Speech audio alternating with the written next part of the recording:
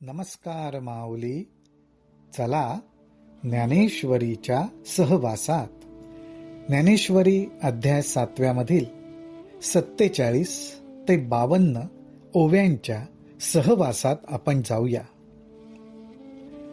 भगवंत वेगवेगळ्या रूपातून कसे प्रगट होतात, वेगवेगळ्या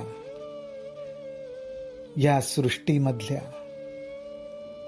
आकारांना धारण करून ते प्रगट होतात. त्यावेळी त्यातलं तत्व मी आहे हा बोध ते आपल्याला देत आहेत. त्यामुळे भगवंतांनी आपल्याला सांगितलं की भूतांच्या ठाई कामू तो मी म्हणे आत्मा रामू. हे आधीच्या ओवीमध्ये आपल्याला सांगितलं. इथे कामू शब्दाचा अर्थ इच्छा, आणि इच्छा सुद्धा शक्तीने युक्त असते, म्हणूनच इच्छा शक्ती म्हटलं जातं.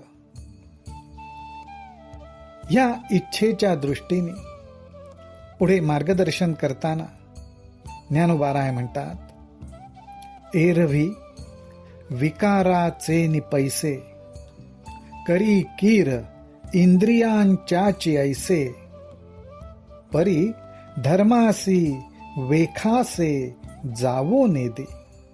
अर्थात प्रत्येक जीवमात्राच्या ठिकाणी काही ना काही इच्छा ह्या आहेतच. ह्या इच्छेमुळेच तर आपल्याला जन्म घ्यावा लागतो. ह्या इच्छांप्रमाणे आपण विषयांचा आनंदही घेतो. एरवी विकाराचे निपैसे करी कीर इंद्रियांच्याची ऐसे. या विषयांच्या ठिकाणी जी आसक्ती आहे त्याला विकार म्हटलेला आहे. त्या विकारानुसारच इंद्रियांच्या साह्याने ज्या ठिकाणी आनंद मिळतो तो आनंद जीव घेतो. परी धर्मासी वेखासे जावो नेदी. तो आनंद जरूर घ्यावा, परंतु ज्ञानोबाराय म्हणतात, पण तो आनंद घेताना धर्माच्या विरुद्ध कधीही वागू नये. धर्माच्या विरोधात जावो नेदी. धर्माच्या विरोधात जाऊ नये.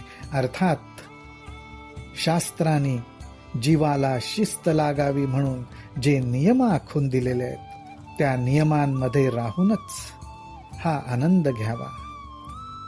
जे अप्रवृत्तीचा अभांटा सांडुनी विधीचिया निघे वाटा तेवींची नियमाचा दिवटा सवे चाले. हे कसं घडतं? विकारांच्या आहारी न जाता मर्यादेत राहून यथा योग्य वेळी योग्य प्रमाणात तो आनंद घेणं. हे कसं होतं तर ज्ञानोबाराय म्हणतात, अप्रवृत्तीचा म्हणजे अयोग्य प्रवृत्तीचा मार्ग सोडायचा असतो. त्या मार्गाने जायचं नाही, तर त्या उलट ज्याच्यामध्ये आपलं हित आहे, दुसऱ्याचं सुद्धा हित आहे, मर्यादा आहेत, नियम आहेत. मग ते नियम वैयक्तिक जीवनासाठी महत्वाचे आहेत, कौटुंबिक सामाजिक जीवनासाठी महत्वाचे आहेत, व्यावहारिक व उद्योगधंद्याच्या जीवनाच्या ठिकाणी महत्वाचे आहेत. ते नियम पाळले पाहिजेत. ते नियम सोडून इतर मार्गाने जायचं नाही. त्यालाच माऊली म्हणतात की असा नियमांचा आधार घेऊन जो चालतो तो बरोबर धर्माच्या वाटेवरच चालत असतो. कारण त्याच्या हातात नियमाची मशाल असते. नियमरूपी मशालीच्या उजेडात तो चालतो.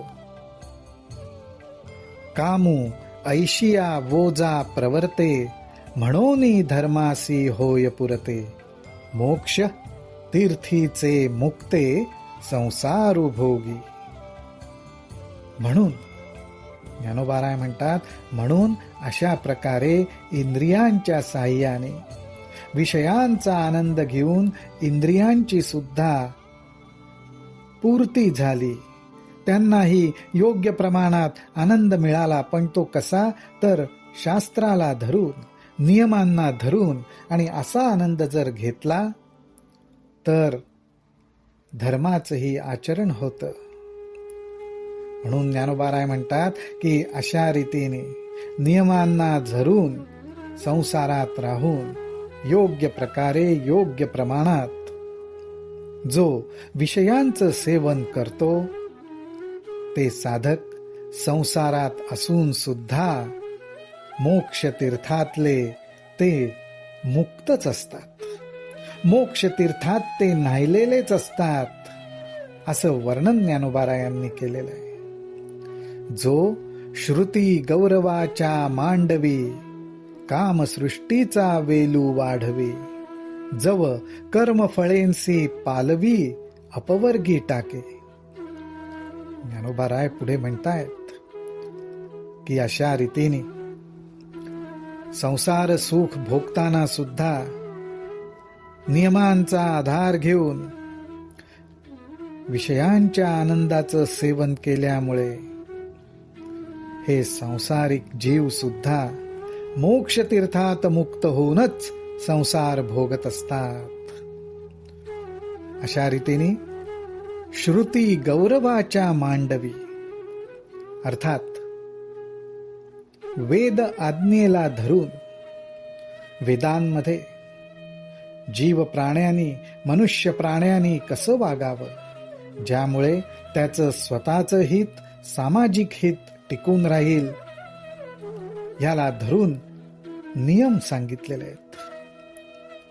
त्या नियमांचा आदर बाळगून, त्या आदररूपी मांडवावर, कुठल्या मांडवावर, तर आदररूपी मांडवावर जो आपल्या वेगवेगळ्या इच्छांच्या साह्याने आनंद घेतो, त्या इच्छारूपी वेल, ते इच्छारूपी वेल त्या आदररूपी मांडवावर चढवतो.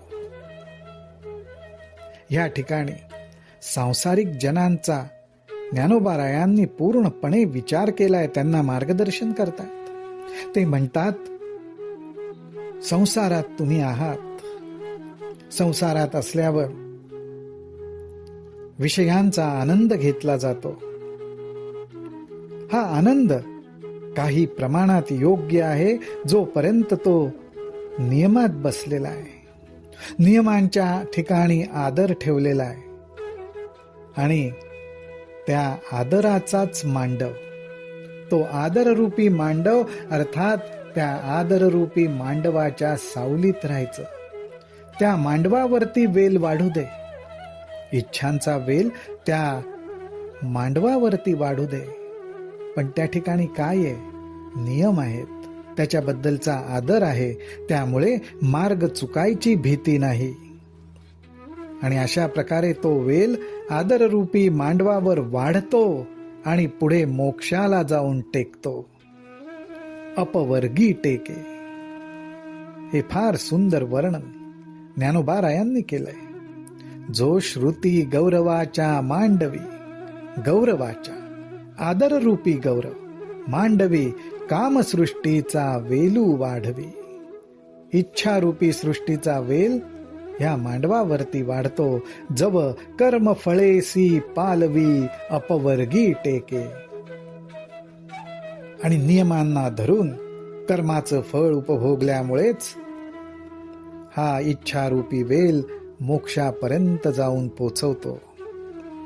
ऐसा नियतू का कंदर्पू, जो भूता या बीजरूपू, तो मी म्हणे बापू योगियांचा.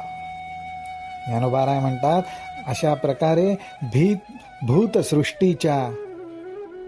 भूतसृष्टीच्या निर्मितीला, भूतसृष्टी प्रगत होण्यासाठी जे कारणीभूत बीज आहे, ते बीज म्हणजे इच्छा आहे, विषय आहे, विषयांविषयी असलेली वासना आहे.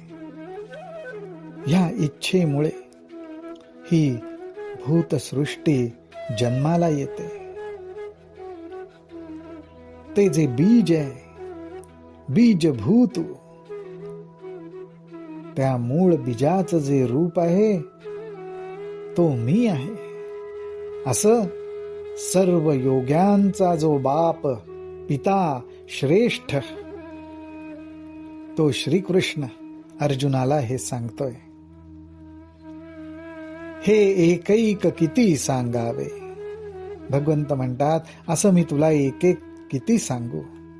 आता वस्तू जातची आघवे, मज पासूनी जाणावे विकरले असे. भगवंत म्हणतात, हे इच्छा रूपी बीज